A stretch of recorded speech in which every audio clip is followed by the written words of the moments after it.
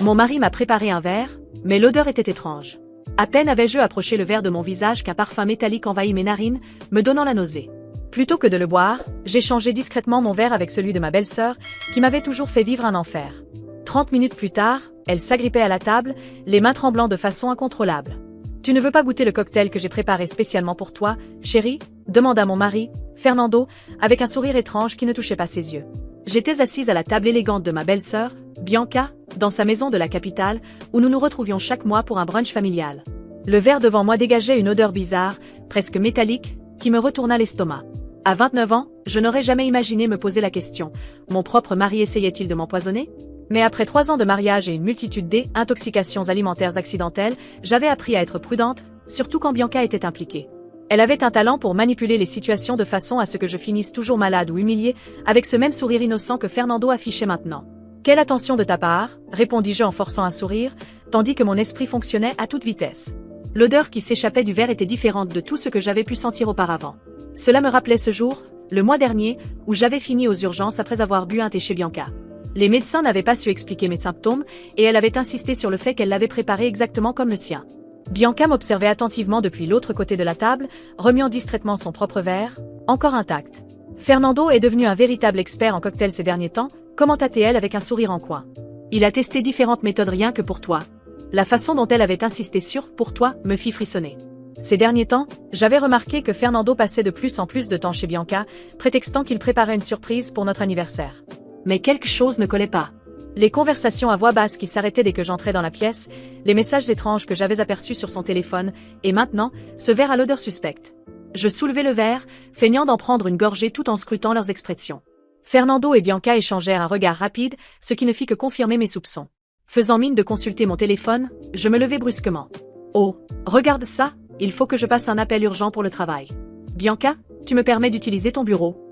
En passant derrière sa chaise, je simulai un faux pas et, sous prétexte de me rattraper, j'échangeai discrètement nos versants que personne ne s'en aperçoive. « Oh, je suis vraiment désolée » m'exclamai-je en me redressant. « Je suis tellement maladroite parfois. » Bianca balaya mon excuse d'un sourire forcé. « Et c'est juste de ne rien casser dans mon bureau ?» J'acquiesçai et sortis précipitamment, le cœur battant à tout rompre alors que je franchissais la porte. Il ne restait plus qu'à attendre et observer. Depuis l'embrasure de la porte, je vis Bianca porter la coupe à ses lèvres, et mon estomac se noua sous l'effet de l'anxiété. Une part de moi voulut l'arrêter, la prévenir, mais j'avais besoin de savoir la vérité. J'avais passé trop de nuits à l'hôpital, trop d'heures pliées de douleur, toujours après avoir partagé un repas avec eux. Ça n'avait pas toujours été comme ça. Lorsque j'avais rencontré Fernando au mariage d'une amie, 3 ans plus tôt, il était attentionné et charmant. Bianca semblait également accueillante, m'invitant aux événements familiaux et se proposant même d'aider à organiser notre mariage.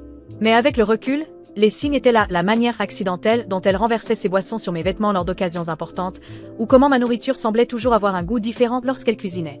Tout avait commencé subtilement, un léger malaise ici, une réaction allergique là. Fernando avait toujours une explication toute prête. Peut-être que c'était quelque chose que tu avais mangé avant, ou alors tu couves un rhume. Mais le schéma devenait de plus en plus évident. Le pire était arrivé il y a 2 mois, lorsque j'avais dû être hospitalisée après un petit déjeuner chez eux. Les médecins avaient trouvé des traces d'une substance inconnue dans mon organisme, mais Fernando avait convaincu tout le monde que cela devait être un médicament périmé que j'avais pris par erreur. Je me cramponnai au chambranle de la porte, observant Bianca prendre une nouvelle gorgée. Fernando tapait sur son téléphone, sans montrer le moindre signe d'inquiétude. Ma propre coupe, intacte, reposait toujours sur la table, l'odeur métallique flottant dans l'air, me donnant des frissons. Puis, je remarquai un léger tremblement dans les mains de Bianca. Elle reposa son verre lentement, son visage pâlissant soudainement. « Fernando ?» Sa voix vacilla. « Il y a quelque chose qui ne va pas. » Fernando leva les yeux, son expression passant de l'incompréhension à l'horreur en réalisant dans quel verre elle avait bu. Il se leva si brusquement que sa chaise tomba en arrière. « Bianca ? Qu'est-ce qui se passe ?» Ses mains se mirent à trembler violemment. « Je ne... » Elle tenta de se lever, mais perdit l'équilibre, s'agrippant à la table pour ne pas tomber. « Fernando, qu'as-tu mis dans cette boisson ?» Je sortis du bureau, mon téléphone déjà en train d'enregistrer.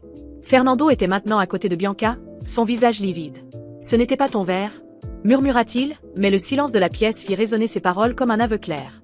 Les yeux de Bianca s'agrandirent, la réalisation et la peur envahissant son regard en même temps. « Appelle une ambulance !» supplia-t-elle en glissant au sol. « S'il te plaît, je n'arrive plus à... » Je composai immédiatement le numéro des urgences, mes mains se raffermissant. Malgré le chaos devant moi, tout me semblait limpide à présent. Bianca était allongée sur le sol, son corps secoué de violents spasmes. Fernando s'agenouilla à côté d'elle, la panique se lisant sur son visage alors qu'il comprenait que son plan avait terriblement mal tourné. Urgence. Oui. Nous avons besoin d'une ambulance au 1542, avenue Centrale, déclarai-je d'une voix claire, tout en continuant d'enregistrer discrètement. Ma belle-sœur fait une réaction sévère à quelque chose qu'elle a bu. Elle est consciente, mais souffre de tremblements intenses. Alors que je parlais à l'opératrice, les yeux de Bianca croisèrent les miens. Son regard habituellement froid laissa place à une peur pure. Clarissa? Alta-TL. Tu as échangé. Tu savais. Madame, l'ambulance est en route, assura l'opératrice. Restez en ligne. Fernando devenait de plus en plus nerveux. Bianca, qu'est-ce qui se passe? Ce n'était pas censé? Ta gueule, Fernando, grogna Bianca, la douleur momentanément éclipsée par la rage. Tout est de ta faute. Tu avais dit qu'elle serait juste assez malade pour rater la réunion du conseil la semaine prochaine. Tu avais promis que ce serait indétectable. Un frisson glacé me parcourut l'échine. La réunion où j'étais censé faire ma présentation pour un client majeur. Le même contrat que Bianca essayait d'obtenir depuis des mois pour l'entreprise concurrente. Soudain, tout s'emboîtait. Le thé du mois dernier, murmurai-je, ma voix étonnamment calme. Et le petit déjeuner d'il y a 2 mois. Ce n'étaient pas des accidents, n'est-ce pas? Le visage de Bianca se crispa sous la douleur. Le thé, c'était juste pour t'empêcher d'aller à la présentation du contrat Johnson, mais tu y es allé quand même. Elle se plia en deux, serrant son ventre. Fernando a dit qu'il suffisait de te discréditer. Faire croire aux clients que tu étais instable? Le son des sirènes retentit à l'extérieur. Fernando recula précipitamment, son regard affolé. Non, Bianca, tais-toi. Tu ne sais pas ce que tu dis? Maintenant, si. Le son des sirènes de l'ambulance se rapprochait de plus en plus, se mêlant aux murmures paniqués de Fernando et aux gémissements de douleur de Bianca. Je gardais mon téléphone en mode enregistrement, mon cœur battant fort, mais mon esprit était étrangement serein. Pour la première fois depuis des années, j'avais le contrôle de la situation. Ils étaient piégés, pris au dépourvu, sans le temps d'inventer des excuses ou de manipuler la vérité. Fernando s'agenouilla à côté de Bianca, lui tenant les épaules alors qu'elle luttait pour rester consciente.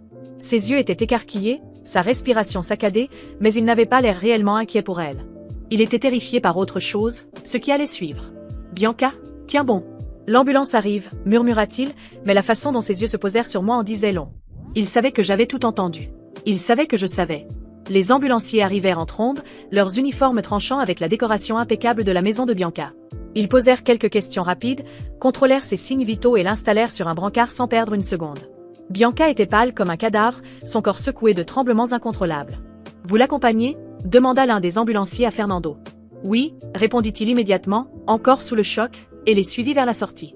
Mais avant qu'il ne parte, ma voix brisa le silence. « Je viens aussi. » Fernando se retourna vers moi, l'air surpris et paniqué. « Ce n'est pas nécessaire, Clarissa, c'est ma belle-sœur.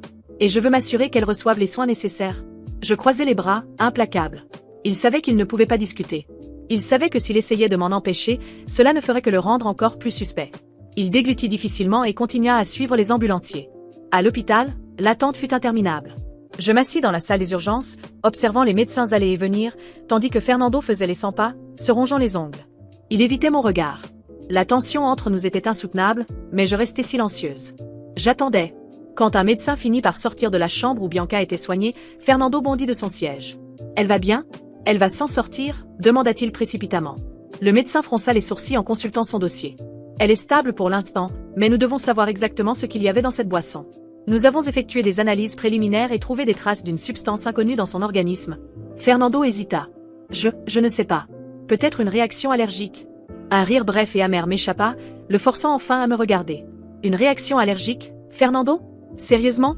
Le médecin nous regarda tous les deux, méfiant. « La police a été informée.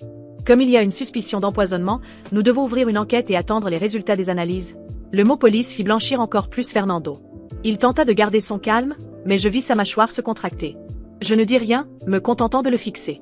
Il savait que la situation avait changé. Peu après, un policier arriva. Il commença par poser des questions de routine, notant tout dans son carnet. Quand ce fut mon tour de parler, je pris une profonde inspiration. J'étais chez Bianca quand Fernando m'a préparé une boisson. L'odeur était étrange, alors je ne l'ai pas bu. Bianca, sans le savoir, a pris mon verre à ma place. Quelques minutes plus tard, elle a commencé à trembler violemment. Le policier haussa un sourcil. « Pensez-vous qu'il y avait une intention malveillante ?» Je regardai Fernando droit dans les yeux. « J'ai des preuves. » Je sortis mon téléphone, ouvris l'enregistrement et appuyai sur lecture. La voix de Bianca résonna dans la pièce. « Tout est de ta faute. Tu as dit qu'elle serait juste assez malade pour rater la réunion du conseil la semaine prochaine. Tu avais promis que ce ne serait pas traçable. » L'expression du policier changea immédiatement, tandis que les yeux de Fernando s'agrandirent de terreur. Ce n'est pas ce que vous croyez. Bianca délirait. Elle ne savait pas ce qu'elle disait. Elle avait l'air très lucide pour moi, répondis-je froidement. Nous allons devoir enquêter plus en profondeur, déclara le policier. Monsieur Fernando, vous allez devoir nous suivre pour une déposition. Fernando tenta de se défendre, balbutiant des excuses, mais les policiers n'écoutaient pas. Ils l'embarquèrent pendant qu'il me lançait un regard désespéré. Plus tard, on m'informa que Bianca était toujours sous observation, mais les analyses révélaient qu'elle avait été exposée à une substance suspecte plus d'une fois. Intéressant, pensai-je. Si Fernando m'empoisonnait lentement, faisait-il la même chose avec elle? Les jours suivants furent un tourbillon de déclarations, de collecte de preuves et de révélations. L'affaire fit scandale, surtout quand les enquêteurs découvrirent que Fernando et Bianca étaient impliqués dans une fraude d'entreprise. Ils avaient manipulé des contrats, détourné des fonds et utilisé mon état de santé pour saboter ma carrière et me faire passer pour quelqu'un d'instable aux yeux des clients. Finalement, Fernando fut reconnu coupable de tentative d'empoisonnement et de fraude. Bianca, qui se remit lentement, fut contrainte de coopérer avec la police pour réduire sa peine. Et moi, après des années d'humiliation, de trahison et d'être utilisée comme un simple pion dans leur jeu, j'étais enfin libre. Je m'assurai d'être présente au tribunal le jour du verdict. Lorsque le juge annonça la condamnation de Fernando, nos regards se croisèrent. Pour la première fois, je vis autre chose dans ses yeux. Il n'y avait plus d'arrogance, plus de contrôle. Seulement de la peur. Seulement de la défaite. Je quittai la salle d'audience sans me retourner. Il avait essayé de me détruire. Mais au final, c'est lui qui était tombé. Quant à moi, j'ai repris ma vie en main, plus forte, plus rusée, et sans personne pour me faire douter de moi à nouveau. L'arrestation de Fernando n'était que le début. Quand la police l'a emmené, Bianca était encore à l'hôpital, sous sédation et entourée de médecins qui tentaient de la stabiliser. J'aurais pu en rester là, tourner la page et laisser le système s'occuper du reste. Mais ce n'était pas suffisant. J'ai passé des jours à attendre le bon moment, suivant les nouvelles sur Bianca et écoutant les rumeurs circulant dans l'hôpital. J'ai appris qu'elle se remettait peu à peu, que les médecins avaient réussi à neutraliser les effets de la substance dans son organisme. Elle était vivante, mais affaiblie, et bientôt en état d'affronter ce qui l'attendait. Lorsqu'ils l'ont finalement transférée dans l'unité psychiatrique de l'hôpital pour une évaluation mentale avant son procès, j'ai su que c'était l'occasion parfaite. J'ai trouvé le moment idéal au 3e jour de son hospitalisation. Elle était sous surveillance, sans accès à des visites régulières en dehors des avocats et des médecins, mais il y avait toujours moyen de contourner ces restrictions. Je n'avais même pas besoin d'entrer dans sa chambre ni d'être présente quand cela arriverait. Il suffisait juste qu'elle reçoive mon message. J'ai repéré un jeune infirmier, nouveau dans l'hôpital, quelqu'un qui n'avait aucune idée de qui j'étais. Avec un sourire amical, je lui ai tendu une bouteille d'eau scellée. « Bonjour, pourrais-tu me rendre un petit service ?» demandai-je d'un ton détendu. Ma belle-sœur est dans la chambre 213. J'ai entendu dire qu'elle ne buvait pas assez d'eau. Pourrais-tu lui apporter ceci? Le garçon hésita une seconde, mais dans l'agitation de l'hôpital, il n'avait pas le temps de poser trop de questions. Il prit la bouteille sans trop y réfléchir et hocha la tête. Oui, bien sûr. Je l'observais de loin alors qu'il avançait dans le couloir et entrait dans sa chambre. J'attendis quelques minutes, et quand je le vis ressortir, je sus qu'elle l'avait bien reçu. Il ne restait plus qu'à patienter. Une demi-heure plus tard, j'entrais dans l'hôpital comme si je venais simplement discuter avec les médecins au sujet de Fernando, la prétendue victime aux yeux de la presse. Je marchai tranquillement jusqu'à la chambre 213 et frappai à la porte.